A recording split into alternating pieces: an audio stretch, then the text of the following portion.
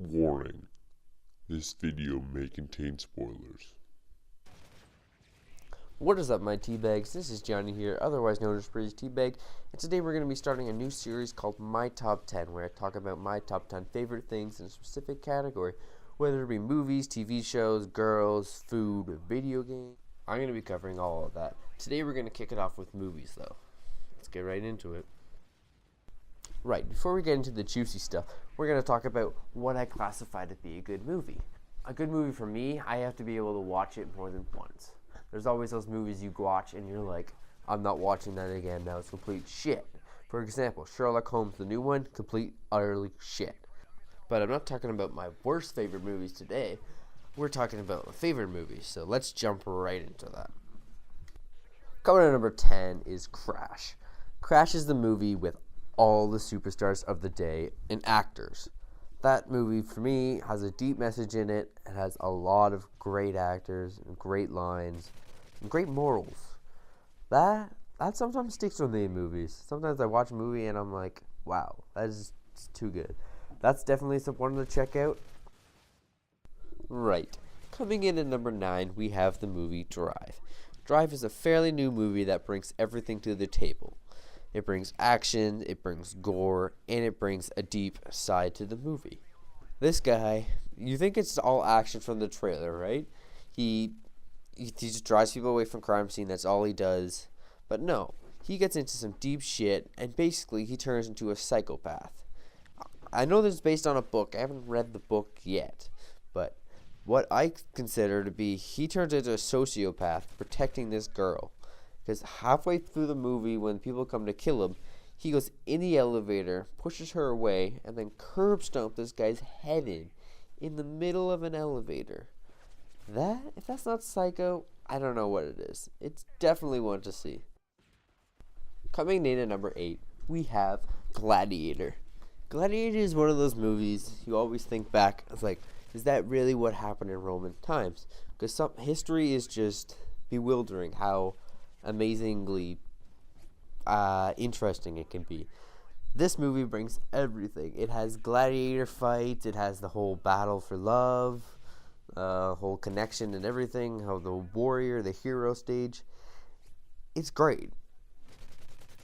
Not only does this movie have a great story to it, it also has great camera work.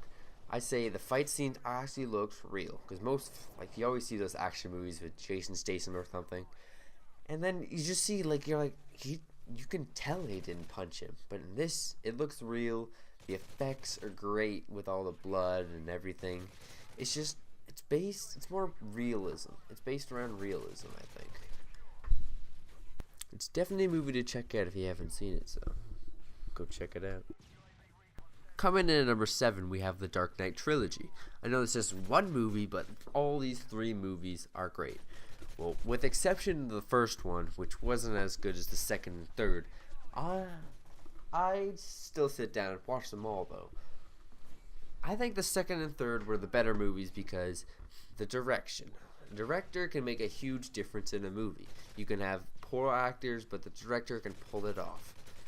Like Christopher Nolan, one of the best directors, one of my favorite directors ever. He's directed huge hits, Dark Knight, Inception, Memento, all great movies. This is why I would sit down and watch these. They have compelling feelings too, and it's Batman. Who doesn't want to watch Batman? I'm sure you've all seen them, so I made it, I'll not tell you to check them out. Coming in at number 6 is The Butterfly Effect. The Butterfly Effect isn't one of those greatly acted movies or greatly directed. It's just one of those movies that has the message to it, with him going back, changing time. It's kind of cool to think, if I could do that, would I go back and change it? Because that would change it. It's directly changing one thing directly affects everything else, and it's kind of cool at the end how he doesn't even live and they live on perfectly. It's as if his life didn't mean anything, like that psychic said, and changing stuff for other people to make your life better makes other people's worse, so keeping yourself out of it makes everyone's life better. Definitely check it out. Ashton Kutcher starring in it. Coming in at number 5, we have V for Vendetta. V for Vendetta is one of those movies that kind of gets stuck in your head because they're always like, remember the 5th of November. You know that if you've seen it, because like it's got a good villain, good story. Skyfox Day, Britain. I like it because it's all action packed. It's never dry. Sometimes there's talking scenes and you're like, what is this happening? Like, why is this in the movie? But mostly it's all action. It's all got story. It makes you jump. Great movie. Check it out. Coming in at number 4 is Shawshank Redemption. The reason I like Shawshank Redemption is because of Morgan Freeman. No, that's not really it, but he does play a huge part in the movie with his sexy voice, and Morgan Freeman is a great actor. But the main thing I like Shawshank Redemption is because it really shows you prison life and person, like actually escaping from prison. You see all those other ones, it just indirectly says like this happens, all this stuff. But this one is based more on like the real life prison, with the girlies or whatever that rape him and stuff, all that stuff. It really makes it a great movie because it's got a nice message to the end, how he leaves the box and everything. It just turns out to be great. I'd definitely check it out if you haven't seen it.